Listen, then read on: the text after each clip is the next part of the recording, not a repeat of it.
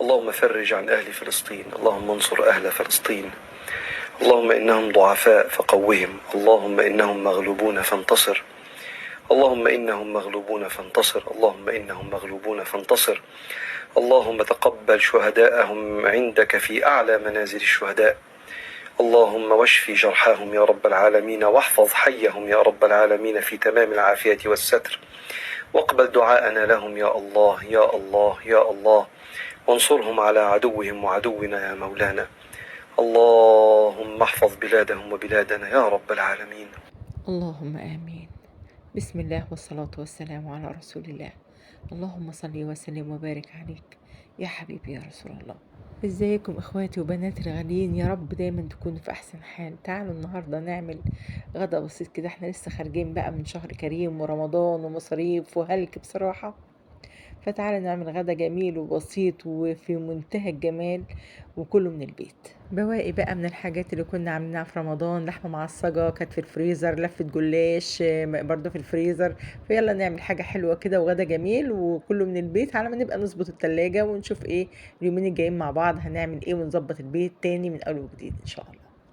دي ميه بملح يا حبايبي، هعمل فيها، هقطع البتنجان واركنه فيها لحد ما اخلص كل اللي ورايا خالص كده، ما يشربش منك زيت ابدا ولا يغمق منك، ويبقى جميل وطعمه حلو ومن غير، يعني هتحطيه في الزيت اللي انت هتقليه فيه، الزيت مش هينقص ولا سنتي، هيطلع زي ما هو. يعني البتنجان لما يبقى مش شربان زيت بيبقى طعمه اجمل في الطعم واصح، ما بيبقاش تقيل يعني. بصوا ده بتنجان انا مطلعاه من الدرج بتاع التلاجة، كان دبلان شوية، بس اهم حاجة ان قلبه زي الشمع وجميل، ولا مبزر ولا مثلا كان متجمد وفاكك، لان الحاجات دي كلها بتخلي البتنجانة ما تبقاش طرية وبتبقى مجلدة وتبقاش حلوة في الاكل. طالما البتنجانة قلبها نضيف وابيض، اي حتى لو دبلانة مش مشكلة، لكن لو قلبها مسمر معاكي كده خلاص تترمي وملهاش اي لازمة. هنا لفة الجلاش بتاعتنا، طبعا احنا نقعنا بقى البتنجان في الميه وملح وركناه براحته خالص على ما اخلص ايه اللي ورايا كله. هنا دي لفة الجلاش. بصوا مجرد ما تطلعيها من الفريزر وتسيبيها تفك كأنها لسه جاية طازة، بتبقى جميلة بصراحة، مادام ما طولتش. يعني هي انا كنت جايباها تقريبا في نص رمضان، يعني بقى لها حوالي من 15 20 يوم كده. هناخد بقى هنا نجيب صينية وهندهنها دهنة سمنة، وهنمسك الجلاش بتاعنا.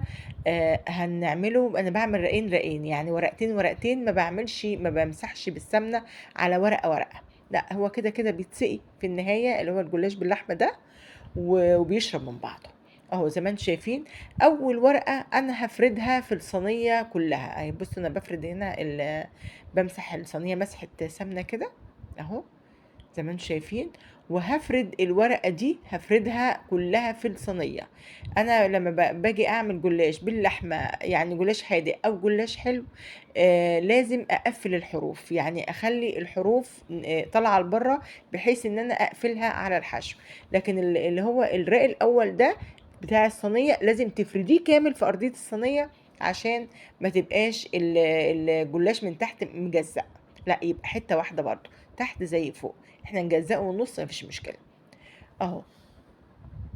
زي ما انتم شايفين انا باخد ورقتين ورقتين بمسحهم بالسمنه اهو، وبحط بقى نص اهو نص الجلاش جوه والنص بره اهو شايفين، عشان اقفل على الحشو بتاعي، يعني الحشو بتاعي اذا كان حلو او اذا كان حادق اهو.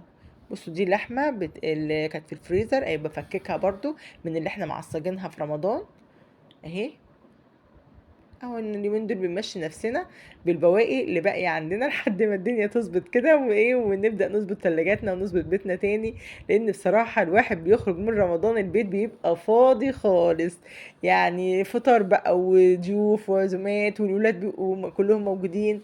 يا رب يجعله عامر دايما، ويجعل بيوتنا مفتوحه دايما، ويعود علينا الايام واحنا دايما في احسن حال، اللهم امين.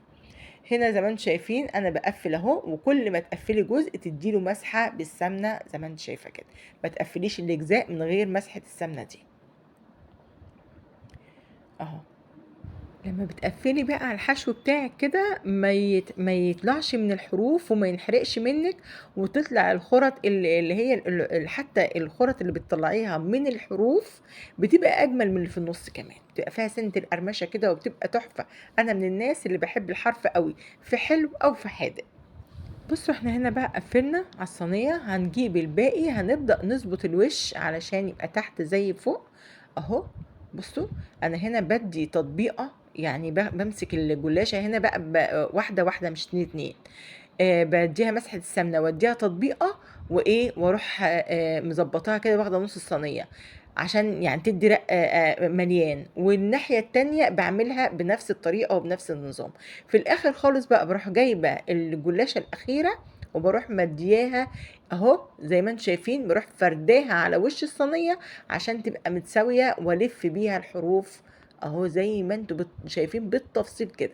روح ماسكه الحروف كده ايه بطرف الاطراف ورقه الجلاش الاخيره، وروح لفاه اهو كده. بتبقى بقى بصوا مظبوطه ازاي. على فكره انت ممكن لو انت عندك عزومه ممكن تجهزي الجلاش من بالليل بنفس الطريقه دي، بس ما تسقهوش، تعمليه كده وتقطعيه وتظبطيه زي ما انا بعمل كده بالظبط، وتروحي مغلفاه او حاطاه في شنطه ومقفلاه كويس وحاطاه في التلاجة، وساعه ما تدخليه الفرن تروحي سقياه بقى باللبن والبيض او بشوربه وبيض وبهارات على حسب ما انت بتحبي تحطي عليه ايه على وشه عشان يديه اللون، وفي نفس الوقت يبقى مورق وجميل ويبقى طري، ما يبقاش قاشش وناشف وحش. والحشوات دي بترجع لك انت، يعني انت بتحبي مثلا لحمه معصجه، بتحبي صدور اللي هي مثلا زي شاورما فراخ، جبن بالزيتون كده والفلفل الاخضر والفلفل الالوان. بصوا الحشوات دي على حسب ما انت تحبي على حسب ما انت عايزه. هنا انا جبت بقى ايه كوبايه لبن كبيره، وحطيت عليها دي حوالي معلقه سمنه صغيره بس عشان ايه تدي لون حلو وش كده، وتدي تخلي الحاجه ايه يعني مورقه وحلوه. وحطيت عليهم بيضه، ربع معلقه فلفل اسمر، ريحه ملح خفيفه بس نحيق اللبن بس كده، ولو بشوربه او نص شوربه ونص لبن زي ما تحبي، وتروحي موزعاها وتميلي الصينيه زي ما انت شايفه كده على الحروف اهو، تظبطيها كده تخليها تشرب من الحروف ومن النص وتخليها تتسقي كلها، وتكوني مشغله الفرن حامي جدا، الفرن يكون شغال قبلها بربع ساعه كده، وتروحي مدخلاها على طول على الفرن بتاعك وتشوفي هتعملي ايه بعد كده. هنا البتنجان بتاعنا حبايبي، بصوا الملوخيه دي اللي احنا مخزنينها مع بعض السنه اللي فاتت، ان شاء الله باذن الله ربنا يعني يدينا العمر والصحه ونخزنها مع بعض السنه دي، حاجه كده روعه بسم الله ما شاء الله. بصوا البتنجان بتاعنا بقى صفيته وحطيته في الزيت اهوت يتقلي، هيطلع بقى احمر ولونه جميل. بصوا لونه عامل ازاي، مش متقطع بقاله اكتر من تلت ساعه ولا اكتر، وبصوا ابيض وحلو ازاي. هنا الشوربه بتاعتنا دي مجرد ما قربت تغلي بروح حاطه عليها كيس الملوخيه، شايفين اللون، شايفين لون الملوخيه وجمالها ما شاء الله عليها تحفه. تهدي بقى عليها النار خالص وتسيبيها تفك براحتها على نار هاديه خالص، اوعي تفضل تغلي منك عشان ايه ما تبقاش يعني هتروح متفله منك وتسقط في الحله من تحت كده وتبقى مش حلوه خالص. خليها ما تغليش الشوربه معاكي غير لما الملوخيه كلها تفك، بس مجرد ما فكت كده وتربيها. شايفين الملوخيه عامله ازاي، شايفين لونها وشايفين العرق بتاعها تجنن، وطعمها سكر سكر كده. يعني انا عملت الملوخيه دي ب50 طريقه لحد ما الطريقه دي قلت لا يمكن هبدلها تاني، خلاص كده يعني ربنا هداني ليها والحمد لله. شايفين الجمال، شايفين اللون، ريحه طعم سكاره عرق كانك لسه خرطاها حالا اهو. ايه الجمال والحلاوه دي، ايه الطعامه والريحه المفحفحه دي. هنا بقى البتنجان والفلفل بتاعنا طلع، بروح بقى اللي هي الدقه اللي انا دايما عاملاها في التلاجة عندي. الدقه دي بتبقى عباره عن فلفل احمر او فلفل اخضر او تشكيله ما بين الاحمر والاخضر، وريحه ملح وكمون وتوم خفيف بس، ما بحطش عليها لا خل ولا ليمون. انا بحط الخل والليمون ساعه ما بستعمل زي ما انتم شايفين دلوقتي كده. يعني انا اخدت منها معلقتين 3 على حسب الكميه اللي انت هتخليها. ايه الجمال ده، ايه الالوان الحلوه دي، ايه الطبق اللي يفتح النفس ده. مش طبيعي. انت بتجيبي منها المعلقتين اللي انت هتستعمليهم وتروحي حاطه عليهم الخل والليمون وتظبطي ملحها فقط لا غير، وتروحي بقى ايه مخليه البتنجان بتاعك والدقه بتاعتك وتظبطيها. يا جماله يا جماله، طبق لوحده كفايه، يعني القمر ده لوحده كفايه. الف هنا وشفا. شايفين بقى صينية الجلاش طالعة من الفرن بتتكلم، يعني الله أكبر على جمالها. ولا الملوخية، ايه ده، ايه الحلاوة دي، ايه اللون الحلو ده. وشوفوا قد ايه لها عرق ولفة، يعني شمين الريحة، أهم حاجة الريحة. ما شاء الله كله من البيت. شوية بتنجان دبلانين كده من الدرج، على كيس ملوخية من السنة اللي فاتت، على شوية لحمة معصجين، على لفة جلاش من الفريزر. ولا الطبق ده لوحده حدوتة ثانية. شوية لفت بالبنجر بقى، ايه حاجة كده تجنن. والله يا جماعة يعني غدا في منتهى البساطة. أنا قلت اما نعمل حاجة بسيطة كده واحنا لسه خارجين من رمضان وكلنا منهكين، يعني كلنا بيوت بسيطة وكلنا منهكين الحمد لله رب العالمين، ربنا يديمها نعمة. فقلت يعني ندي بعض أفكار كده وحاجات كلها بسيطة والحمد لله رب العالمين. بس ما تنكروش ان غدا في منتهى الجمال وروعة. شايفين بقى الجلاش بتاعنا ده؟ تعالوا بقى اما نقطعه واوريكم من تحت وفوق اللون بتاعه عامل ازاي. ما شاء الله عليه، وقد ايه مورق، وقد ايه جميل وخطير وفظيع، وكل زي ما انت عايزه تقولي قولي.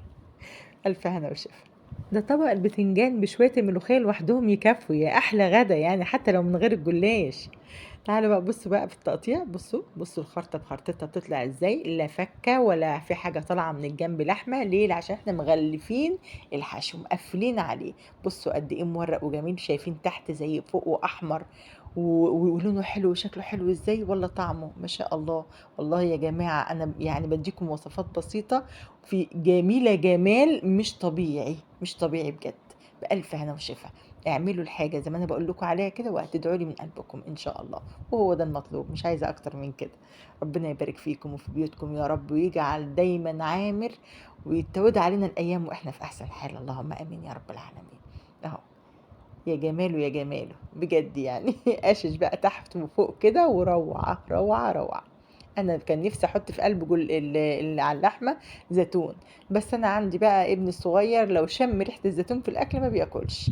فانا باكله الزيتون يعني جنب الاكل كده، وما بحطهوش عشان هو كمان ياكل. والحمد لله الاكل ده بيبقى يعني نفس على حسب النفس بتطلب. ايه رأيكم في الغداء الحلو البسيط ده في منتهى الجمال والبساطة؟ ربنا يعمر بيوتنا بكل الخير يا رب. مهما كانت أكلتك بسيطة قدميها بشكل جميل ونظيف ومهندم، هتبقى أحلى حاجة في الدنيا. وربنا يسعدكم ويروق بالكم ويحلي ذاتكم. الحمد لله رب العالمين. اللهم إنا نسألك فضلك ورحمتك فإنه لا يملكها إلا أنت. اوعوا تنسوا اللايك يا حبايبي، عشان اللايك اللي بيرفع الفيديو الكل يستفيد من الوصفات الحلوة البسيطة دي إن شاء الله. ايه رأيكم بقى في الجمال ده؟ أستاهل عليه اللايك ولا ما استاهلش؟ ربنا يبارك فيكم كلكم يا رب. والله أحبكم في الله وأستودعكم الله. بدأناها ببسم الله والصلاة على رسول الله، وننهيها ببسم الله والصلاة على رسول الله. اللهم صل وسلم وبارك عليك يا حبيبي يا رسول الله. السلام عليكم ورحمة الله وبركاته.